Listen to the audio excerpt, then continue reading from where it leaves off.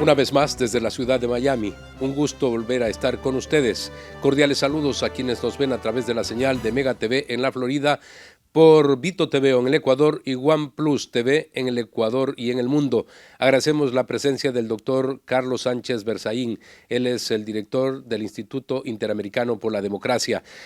Quisiera unos primeros comentarios sobre lo que podría ser el nuevo gobierno del señor Daniel Noboa, en virtud de que este régimen va a estar apenas 1 año, 8 meses en el poder. Bueno, es un gobierno democrático con grandes desafíos. Gobierno corto, 17 meses, que es simplemente para completar el periodo del presidente Lasso, y un gobierno bajo gravísimas acechanzas y desafíos.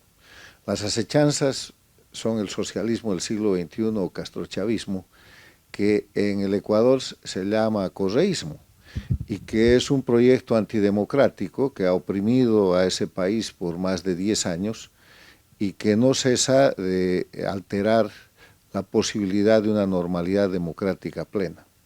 Eso caracterizado por el hecho más grave que se produce en el Ecuador y en las Américas en el proceso electoral, que es el asesinato de Fernando Villavicencio, porque el esclarecimiento de los responsables mediatos, o sea, de los autores intelectuales de ese crimen, es la tarea esencial para avanzar en la recuperación plena de la democracia en el Ecuador. En ese caso, por ejemplo, el FBI es el que tiene la información y ha dicho el FBI que va a entregar esa información al nuevo gobierno.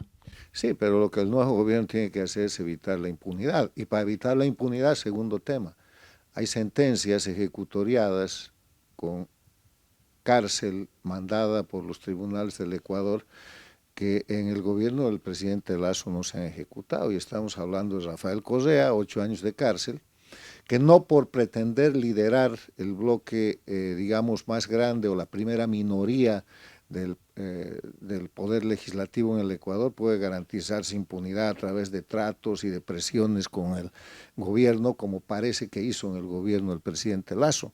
Esta es una cosa en la cual tiene que haber transparencia y no puede haber impunidad, y en el que los ojos del Ecuador y el mundo están mirando al presidente Noboa, porque la gran sospecha es que Correa nunca fue ni perseguido ni detenido en el gobierno de Lasso, porque hubieron arreglos a nivel legislativo para concesiones o presiones que igual terminaron malamente con el gobierno de Lasso. ¿Cuáles serían los primeros síntomas de esa actitud del gobierno del presidente Lasso?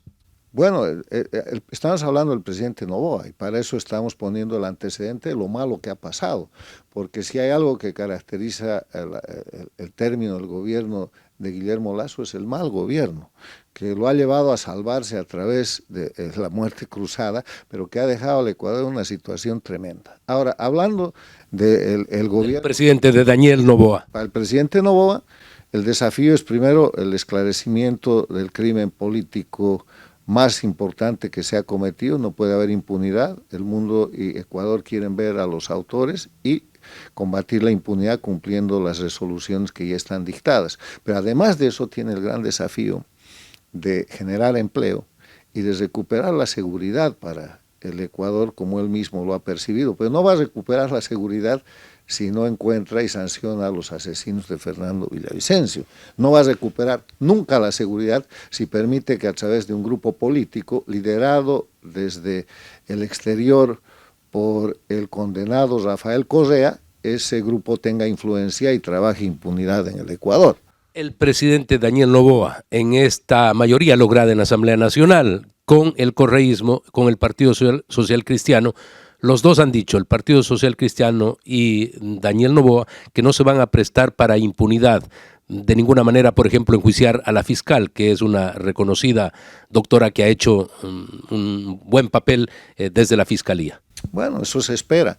Pero ya le digo, ahí hay dos desafíos centrales. El primero es los autores intelectuales, porque los sicarios han sido todos muertos, o casi todos, del asesinato de Fernando Villavicencio. Y segundo, cumplan la sentencia y la orden de captura de Rafael Correa. Por su experiencia y el conocimiento que usted posee, el FBI, cuando entrega la información, por ejemplo, al gobierno ecuatoriano, y este no da a conocer íntegramente el informe, ¿podría hacerlo desde los Estados Unidos, el FBI, hacer público ese informe? No creo, yo creo que es obligación del gobierno ecuatoriano. Eso debe estar en el marco de un convenio, pero en todo caso, todo el mundo ya sospecha y sabe y señala a los autores intelectuales.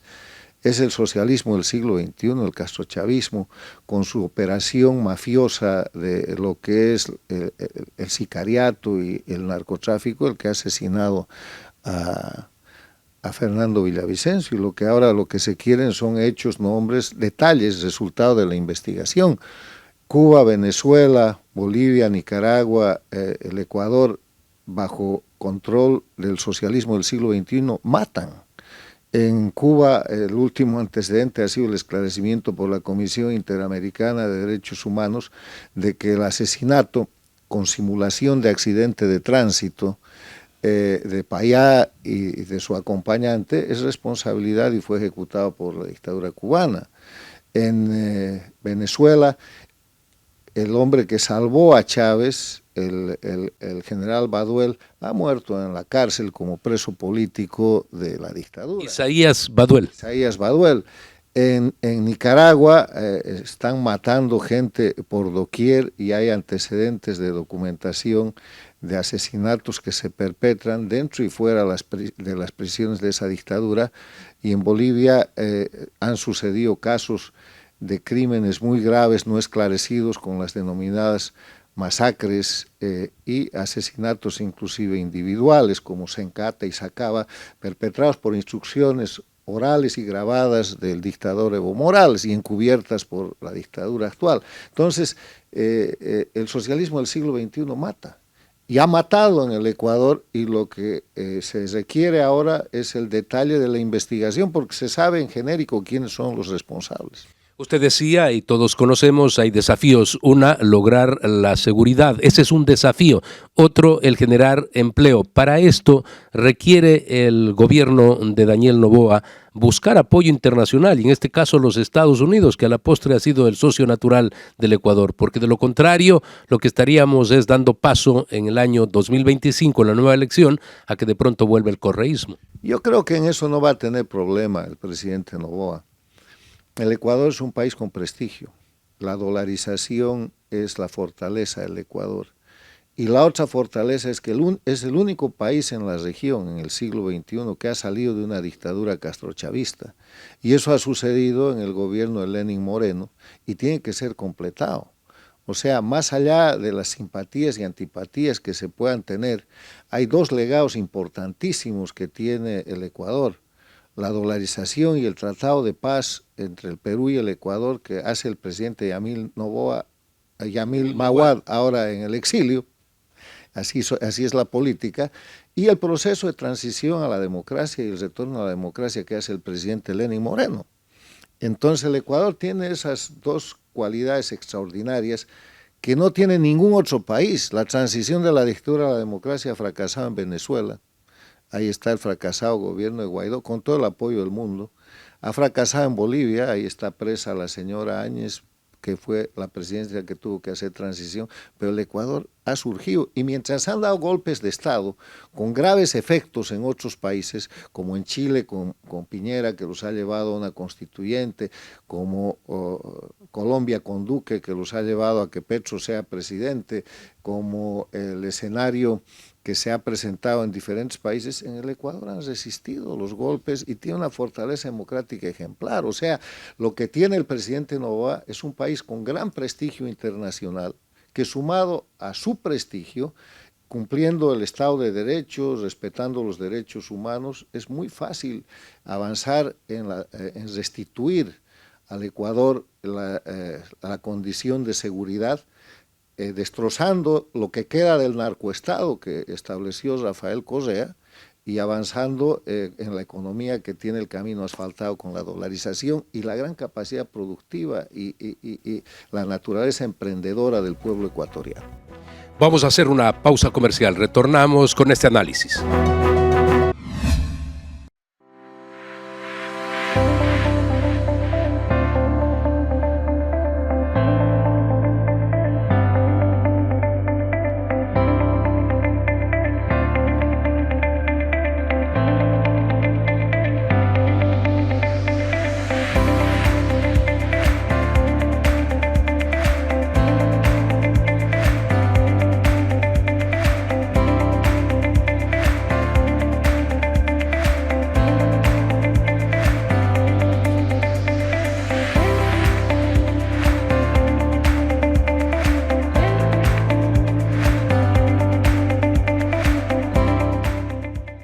En la Clínica de Ojos Dr. José Sacoto Navia contamos con un equipo de profesionales altamente capacitados a la vanguardia tecnológica, brindando una atención personalizada y con calidez. Recuerda que los ojos son la ventana de la vida. Cuídalos. Verde Fruit, el camino para acercar los productos de América Latina a los Estados Unidos.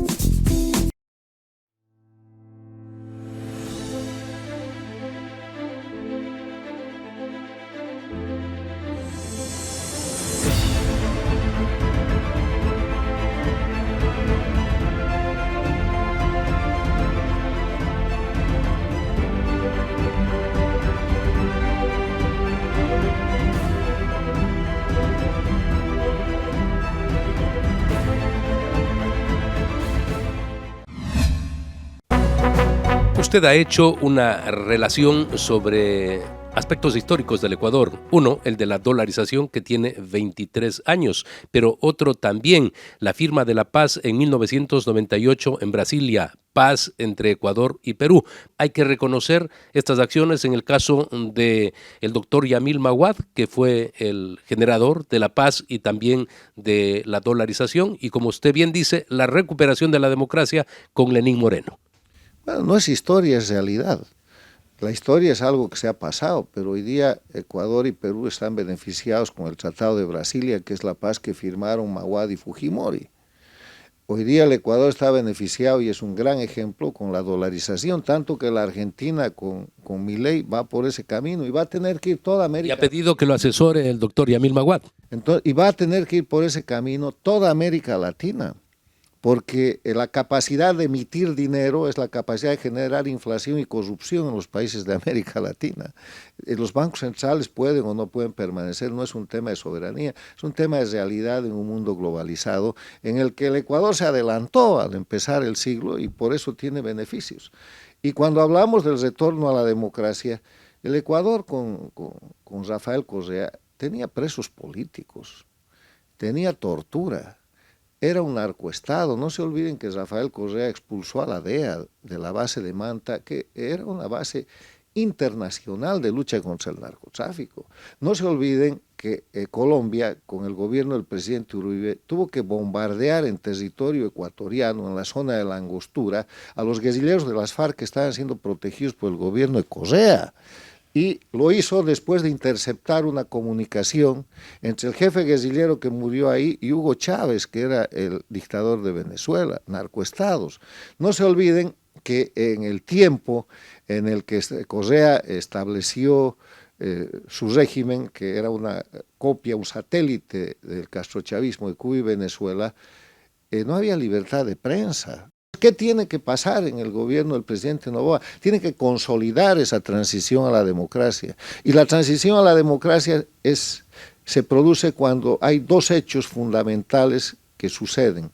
Primero, se deja sin efecto la estructura jurídica de la dictadura. Y en eso hay un gran reclamo y una gran presión en el Ecuador, porque parte de la constitución que ha aprobado el correísmo es una constitución castrochavista que tiene que volver a los parámetros de la República. Es un gran desafío. Deberían aprovechar estos 17 meses para consensuar un contenido de necesidad de la reforma que en el próximo gobierno se pueda plantear, o sea, para buscar un consenso nacional, un acuerdo de unidad nacional sobre el fortalecimiento de la república y la democracia, saliendo de las normas dictatoriales que tiene de una y otra manera la constitución correísta. Y el segundo tema es la no impunidad.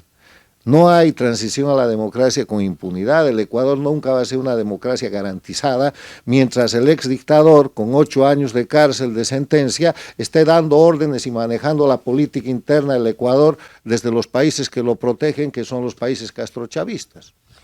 Durante la campaña apareció nuevamente el tema de la desdolarización, que es lo que quiso Rafael Correa durante los 10 años de gobierno, pero ahora volvió su candidata a expresar la necesidad de salir de la dolarización. Y vale la pena precisamente reconocer que no solamente ha dado estabilidad económica al Ecuador la dolarización implementada hace 23 años por parte del doctor Yamil Maguad, sino que también dio estabilidad política y la paz. Recuerde usted, hay varios presidentes presos en el Perú. Antes se usaba el problema limítrofe simplemente para declarar una guerra y tapar los problemas políticos internos? Mire, tan es la violencia, el mecanismo del socialismo del siglo XXI, del castrochavismo, que ahora mismo el dictador Maduro, para disimular su crisis total, está tratando de buscar una guerra con Guyana. Guyana. Entonces, eso es... Por eso hago referencia a lo que sucedía en el Ecuador frente a Perú. Todo esto que hemos mencionado es la gran base que le permite al nuevo presidente ser un buen presidente. El tema es que en las Américas y en el mundo no hay izquierdas y derechas. Lo que el pueblo mira es buen o mal gobierno. Y en el Ecuador ha habido un muy mal gobierno, lamentablemente, que ahora se cierra con la salida del presidente Lasso. Y el gobierno tiene el país, la gente tiene expectativa de tener un mejor gobierno. Y para hacer un mejor gobierno, yo creo que va por buen camino el presidente Noboa y ojalá tenga un buen gobierno. Necesita primero unidad nacional para tener respaldo en el poder legislativo. Y no es unidad a cambio de impunidad, es unidad a cambio de estabilidad, empleo y seguridad para el pueblo ecuatoriano. Si él puede hacer eso en 17 meses, va a haber una gran opción para fortalecer la democracia en la próxima elección. Se dice que los países tienen que ser abiertos al mundo. En el caso del Ecuador quedó ya firmado un tratado de libre comercio con China. Tiene que la Asamblea ratificar ese tratado en el caso del Ecuador. Pero también hay visiones sobre cómo China ha penetrado en América Latina con un deseo, digamos, de más o menos dirigir los destinos de estos países asociados al socialismo del siglo XXI. ¿Habrá que tomar en cuenta esto o simplemente mantener la relación fría, clara, pragmática? En el marco de su mal gobierno, el presidente Lasso ha hecho cosas interesantes en el ámbito internacional como banquero. Ha avanzado en apertura de mercados, en acuerdos, en tratados, y el de China es uno de esos. Pero tiene que Corea del Sur también. Tiene que ser, lo de China es lo que tiene que ser objeto de una revisión especial por el contenido de influencia estratégica que esto representa. Lo primero que hay que hacer es recordar que China es una dictadura. O sea, aquí hay dictaduras en la región, Cuba, Venezuela, Bolivia y Nicaragua, y en el mundo la dictadura más importante, la de China, la que le sigue es la de Rusia y la siguiente es la dictadura teocrática de Irán. Y las tres amenazan a las Américas. O sea, primero hay que ver el sentido estratégico de eso. Nadie se opone al comercio, pero si ese comercio y las inversiones que vayan y vengan no están condicionadas a la supresión de derechos humanos, a la amenaza al Estado de Derecho o a cualquiera de los elementos esenciales de la democracia, pues adelante, hay que comerciar. Pero no pueden las democracias someterse a las condiciones de las dictaduras a costa de una penetración que después vaya a sacrificar la estructura republicana o democrática del país. Eso es lo único que hay que cuidar. Por lo demás, China es un buen mercado para el Ecuador y el Ecuador está ya amenazado por la China. No se olvide que los buques piratas pesqueros de la China son los que más allá de la línea del mar territorial están depredando todo lo que es la corriente de Humboldt que llega y enriquece las costas del Ecuador, del Perú y de toda la zona del Pacífico. Vamos a hacer el segundo corte comercial. Retornamos.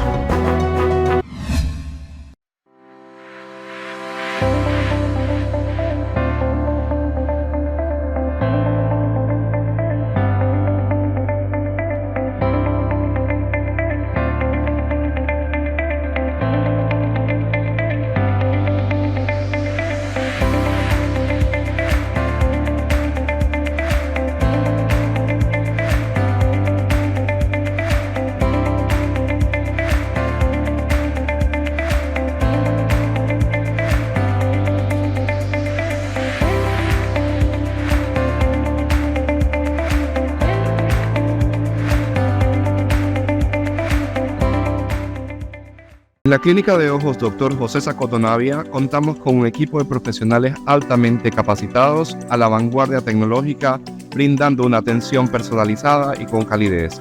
Recuerda que los ojos son la ventana de la vida. Cuídalos. Verde Fruit, el camino para acercar los productos de América Latina a los Estados Unidos.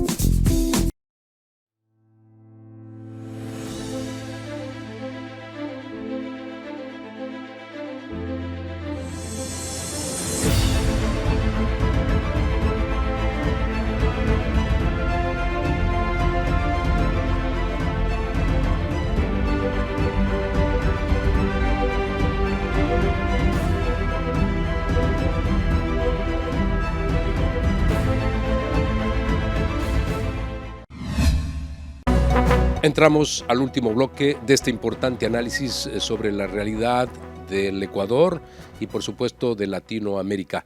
También hemos abordado temas a nivel mundial, porque en estos momentos la misma guerra, la de Ucrania con Rusia, por la invasión rusa, que ha quedado un poco subordinada a lo que está pasando en Israel, entre Israel y Hamas.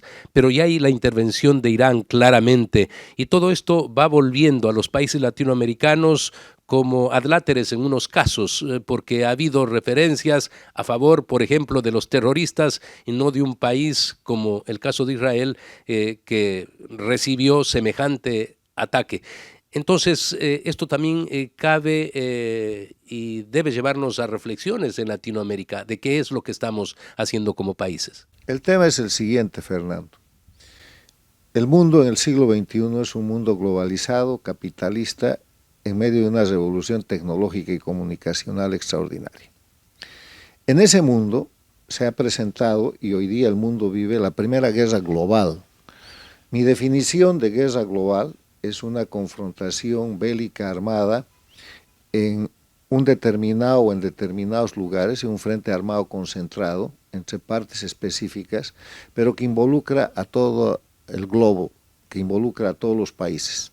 Y la primera expresión de esta guerra global se dio con la invasión de Rusia a Ucrania. El frente de batalla es el territorio ucraniano por la invasión rusa. Los ejércitos en combate son el ruso y el ucraniano, pero todo el resto de los países están comprometidos. No hay neutralidad posible. En el lado de Ucrania está toda Europa, está Estados Unidos, está el Japón, están los países con democracia.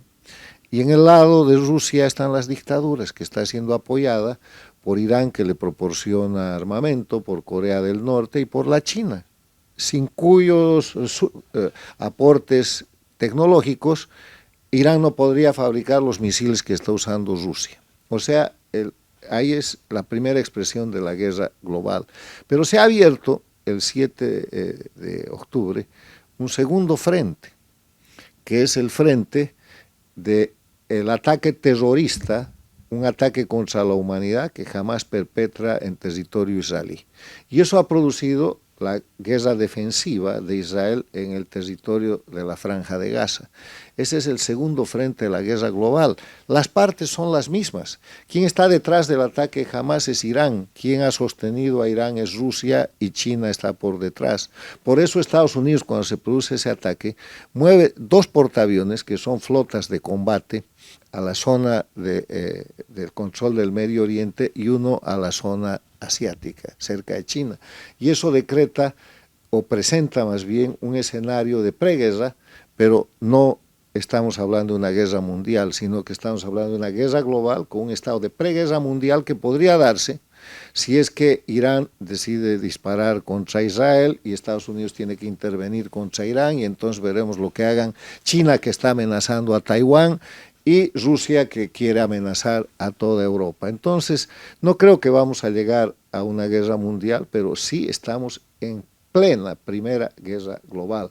En ese escenario, ¿qué hacen las dictaduras de América Latina? Pues están alineadas con las dictaduras mundiales. La jefatura de Cuba determina que rápidamente Venezuela, Bolivia y Nicaragua, que además son bases de esos países. Cuba es base para el espionaje informático desde su territorio contra Estados Unidos y otros países. Venezuela tiene el mejor equipamiento ruso e iraní para atacar a los países del entorno, incluso amenazar a Estados Unidos. Lo mismo que Nicaragua. Y Bolivia ha firmado y se ha convertido con Irán en la plataforma del terrorismo de origen islámico iraní, y todo es público. Y además de eso, los gobiernos paradictatoriales de Argentina con Fernández Kirchner, que ahora acaba, López Obrador en México, Petro en Colombia, Boric en Chile y Lula en el Brasil han asumido la misma línea, al extremo de que Chile ha tenido que vivir la vergüenza de que cuando Boric ha visitado al presidente de Estados Unidos le ha pedido 2 cosas: que levante las sanciones a la dictadura de Cuba y que pare la guerra defensiva de Israel en la zona de la Franja de Gaza. Imagínense un país que debería ir a hablar de libre comercio, de intercambio, el crecimiento del interés del pueblo chileno, un país que además está acosado y ocupado por la migración forzada que le ha mandado Venezuela y que tiene la permanente presión de grupos internos, inclusive armados, defendiendo el terrorismo y la agresión internacional. Vamos ya en la parte final a vincular dos países. El caso de Venezuela, se dieron las primarias, dicen que no van a permitir que participe María Corina Machado, lo dice pues Maduro y Diosdado Cabello. Pero por otro lado, en Argentina perdió el socialismo del siglo XXI y lógicamente Argentina es un país importante. Antes se sentían apoyados por Brasil, por Argentina. ¿Todo esto puede debilitar en parte la postura dictatorial de Maduro? Miren, frente a las elecciones del próximo año. A ver, las dictaduras del socialismo del siglo XXI o el castrochavismo, que son Cuba, Venezuela, Bolivia y Nicaragua, y cuyo jefe es Cuba, se están cayendo. En ese contexto hay que diferenciar a Argentina de Venezuela. Argentina es un país con democracia que ha tenido un gobierno paradictatorial, ahora va a tener un gobierno con democracia plena. Las elecciones son libres y limpias. Hay un pueblo que se puede expresar y ese es el resultado del triunfo de Milei, que es un triunfo muy importante porque hay que cambiar la política exterior respecto al crimen organizado que detenta el poder en Cuba, Venezuela, Bolivia y Nicaragua. Pero en Venezuela es una dictadura donde cada que quiere un poco de oxígeno el régimen juega a hacer elecciones y en ese juego se apodera o domina a la oposición funcional y termina por quedarse en el poder. Ahora se ha encontrado con una verdadera oposición. Ha habido una elección interna, con cerca del 93% ha ganado María Corina Machado, y no hay ninguna probabilidad de que María Corina Machado se vuelva un opositor funcional como los anteriores. Entonces vamos a ver un momento el próximo año en el que o hay elecciones y gana María Corina Machado, o la dictadura vuelve a ser una de las suyas, ya sea por el método nicaragüense, meter presa a la oposición, por el método ecuatoriano, matarlos, o por el medio cubano, han matado en el Ecuador a Fernando Villavicencio, o por el método boliviano, una mezcla de masacres y de compra de la oposición, o simplemente van a tener que ser sometidos a la presión definitiva de la comunidad internacional que termine con la dictadura. La garantía de que algo va a pasar y va a ser algo a favor de la libertad y la democracia en Venezuela es María Corina Machado y el gran respaldo popular que tiene, que da la garantía de que en un escenario en el que es probable que haya elecciones, es muy cierto que María Corina puede ganar. O sea, puede que esto no suceda, pero es el camino que hay que seguir y es el camino que ha puesto en descuentos a la dictadura de Venezuela, que ya ha sido derrotada. Ha sido derrotada con la elección primaria, ha sido derrotada con el gran triunfo de María Corina Machado y ha salido derrotada porque ahora no sabe qué hacer. Doctor, muchas gracias por este completo análisis. Amigos, recuerden que la próxima semana tienen una cita en Fernando Aguayo, América, a través de Mega TV en la Florida, por Vito TV en el Ecuador y por OnePlus TV en el Ecuador y en el mundo.